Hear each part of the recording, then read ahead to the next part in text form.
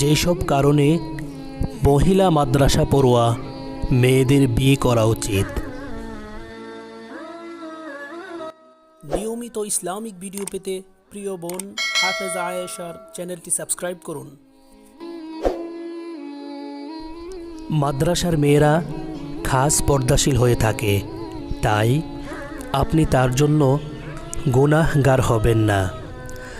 রাসূলুল্লাহ সাল্লাল্লাহু আলাইহি ওয়াসাল্লাম বলেছেন, গোটা দুনিয়াই সম্পদে পরিপূর্ণ, এর মধ্যে সবচাইতে উত্তম ও কল্যাণকর সম্পদ হল পর্দাশীল পুণ্যবতী স্ত্রী। সহিহ মুসলিম হাদিস নং 3507। 2. মাদ্রাসার মেয়েরা স্বামীকে অত্যধিক ভালোবাসে এবং স্বামীর হক আদায় করে।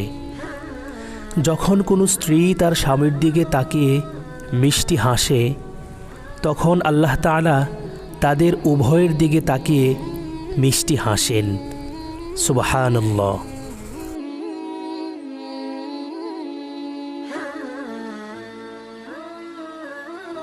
মাদ্রাসার মেয়েরা পরকীয়া প্রেমে জড়ায় না, কেননা তারা সবসময় নিজেকে পর্দায় আবৃত রাখে।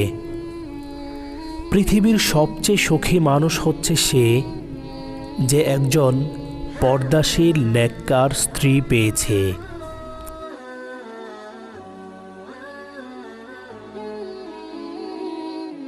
4. সহিভাবে কোরআন পড়তে পারে।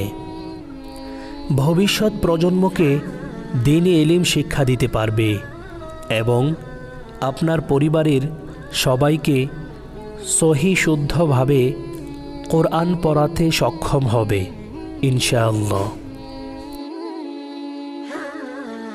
5. মাদ্রাসার মেয়েরা 5 ওয়াক্ত নামাজ পড়ে। সে স্বামী কখনোই পথভ্রষ্ট হবে না যার ঘরে একজন দিনদার নামাজি স্ত্রী আছে। একজন নেককার স্ত্রী হল স্বামীর জন্য শ্রেষ্ঠ সম্পদ।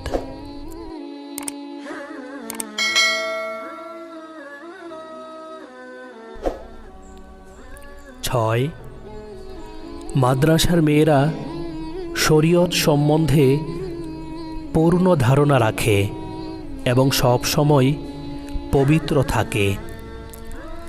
রাসূলুল্লাহ সাল্লাল্লাহু আলাইহি ওয়াসাল্লাম বলেছেন, গোটা দুনিয়াই সম্পদে পরিপূর্ণ, এর মধ্যে সবচেয়ে উত্তম ও কল্যাণকর সম্পদ হল পুণ্যবতী স্ত্রী। 7.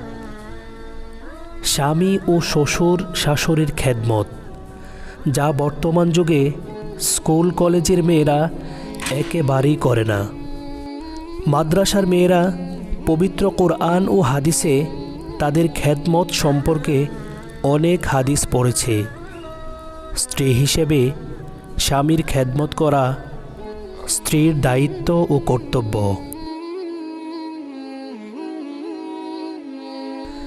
রাসূলুল্লাহ সাল্লাল্লাহু আলাইহি ওয়াসাল্লাম বলেন, নারী যখন 5 ওয়াক্ত নামাজ আদায় করে, রমজান মাসে রোজা রাখে, স্বীয় সতীত্ব ও সম্ভ্রম রক্ষা করে, শালীনতা বজায় রেখে চলে এবং স্বামীর আনুগত্য প্রকাশ করে, তখন সে বেহেশতের যে কোনো দরজা দিয়ে ইচ্ছা প্রবেশ করতে পারবে। আবু দাউদ শরীফ। আল্লাহ তাআলা বলেছেন, আমি যাকে ধন সম্পদ দিয়েছি সে বেশি ভাগ্যবান নয়। ভাগ্যবান সেই ব্যক্তি যাকে আমি একজন ধার্মিক জীবনসঙ্গী দিয়েছি। হযরত আলী রাদিয়াল্লাহু তাআলা আনহু বলেন, তোমাদের মধ্যে সর্বোত্তম ব্যক্তি সে যে তার স্ত্রীর নিকট উত্তম। মুসলিম।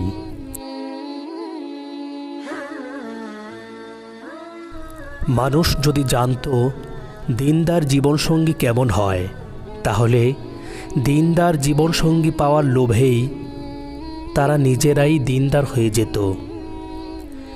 বিয়ে করুন জান্নাতের পথে চলার উদ্দেশ্যে। জীবনসঙ্গী এমন হওয়া উচিত যে একে অপরকে জান্নাতে যেতে সহযোগিতা করবে।